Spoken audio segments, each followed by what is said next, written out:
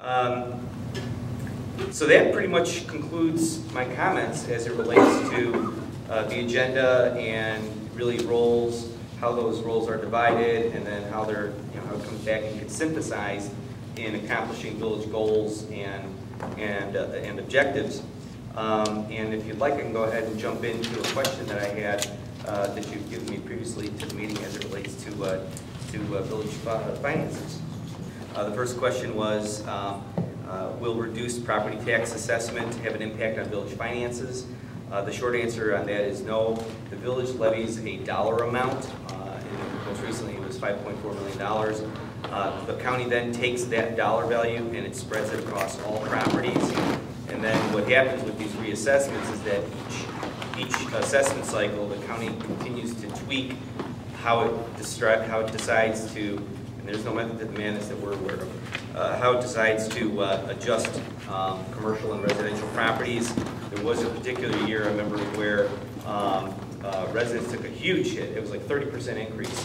I know it probably seems like that all the time recently, but there was one year in which it was really significant, and very little was done for commercial properties. And again, it's kind of the county's way of balancing generating that revenue for municipal taxing bodies, and yet not being overly burdensome on businesses, and to try to stem that flight of business and industry to other counties or out of state.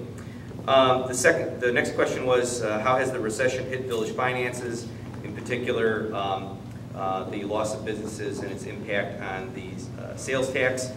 The recession has had an impact as it relates to sales tax. We began to see a decline starting in February of this year. So the good news is that unlike others who saw the impact maybe even before the financial markets collapsed last fall, it really didn't hit home until kind of the traditional slow retail month of the year. We're currently about 5% below budget, and we're estimating to be about 10% by year's end. But we think we're going to be okay, and I'll get to that in a second. The other data point that I want to share with you is that of our top 10 sales tax producers, they're generally the same year in, year out, and they produce about 50% or half of our sales tax revenue. So really what this says is that we have a diverse retail mix, and that as long as those major businesses continue to thrive, many of which are in the downtown and in the Triangle area, that will be okay. Other areas that are impacted by the recession as it relates to village finances are the state shared revenues. They're slightly under budget. That would be things like the income tax that we receive through the state of Illinois, the 2.5% corporate income tax that we receive through the state, and finally the local use tax, which is sales tax on items purchased out of state by Illinois residents. The third item, which has impacted us with respect to the recession, are building permit revenues.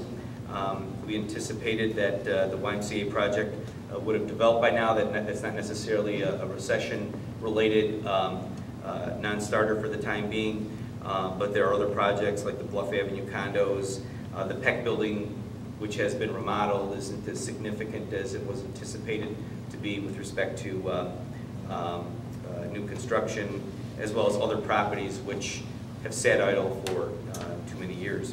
And as a result of all those things, interest income is down as well. But again, to kind of close the circle on the thought, if we continue to stay within budgeted expenditures, we should be okay. We do have some ideas as it relates to what can occur in the future, both in terms of revenue enhancements and as well as a reduction in expenditures. The third question that was posed was the property tax. If the village has or will be considering an increase in its property tax, and I can tell you with reasonable certainty that that's not contemplated in the current 5-year plan, and frankly we don't anticipate that. As a matter of financial policy, the property tax is the tax of last resort, and based on our financial plan and the use of the general fund, provide the reserves necessary to offset some of these shortfalls, as well as, again, other options available with reducing expenditures or enhancing revenues, that the property tax, at least for the foreseeable future, is not something that we would even suggest to have adjusted. The other thing I want to mention with respect to financial policies, just again for so that you know, because it is very important to both the village board and the staff. Our policies are as follows. We advocate pay as you go. As a result, we have very low debt.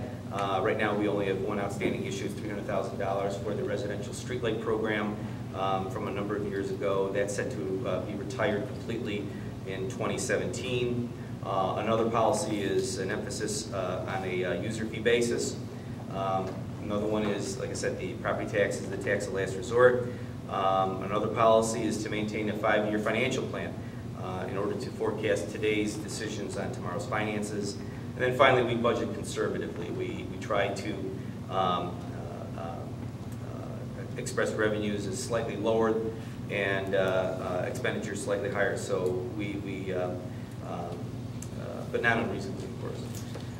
And the other one is that we're kind of steady and methodical with respect to operations and expenses. During the kind of the go-go years of the market, when there were 20% returns, we were still issuing raises to employees of 2.5% or less as a general wage adjustment, and that's a function of the tax cap, of course. But historically, the tax cap has been low. So even when there's good times and other revenues are coming in, we're kind of like I like to say, the Kyle Orton offense. You know, it's not a lot of flash, it's steady, and it makes progress. And who would have thought he'd be 5-0 at this time? So anyway, that's just again to give you really a sense of comfort as citizens as to how the village and the village board manage its financial affairs.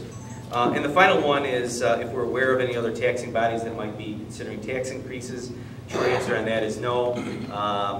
What I can tell you that we do know is that we are coordinating the end of TIF with our respective tax brethren to help them capture new growth with the reassessment this year. The second installment for this year hasn't been received yet. Once that's done, that goes into the TIF fund, and I think there's really the only obligation that we have outstanding is a facade loan that winds up being a balloon payment at the end of this calendar year. And we wind up then doing a final reconciliation in January. And we anticipate at this particular time that about $1.5 million will be returned to the taxing bodies proportionately next year. And that'll be the final distribution for monies that were currently in that fund. The other one, like I said, is to capture the new growth from the property tax levy that the taxing bodies will adopt in December of this year, and then we'll begin to see the fruits of TIF with respect with the first installment that will come out next, we'll say March or April, again, depending on when the county is able to do that. And the reason for the delay for the county, I'm kind of making light of the county here, is that again, each year they seem to get more and more appeals from residents, or from residential property owners and businesses, and it's really a function of going through all that before they go ahead and make the final levy. I've mentioned the TIF surplus, and again, by the way, with respect to that, the village board has initiated 2 distributions in advance. Total of $5.1 million will be issued.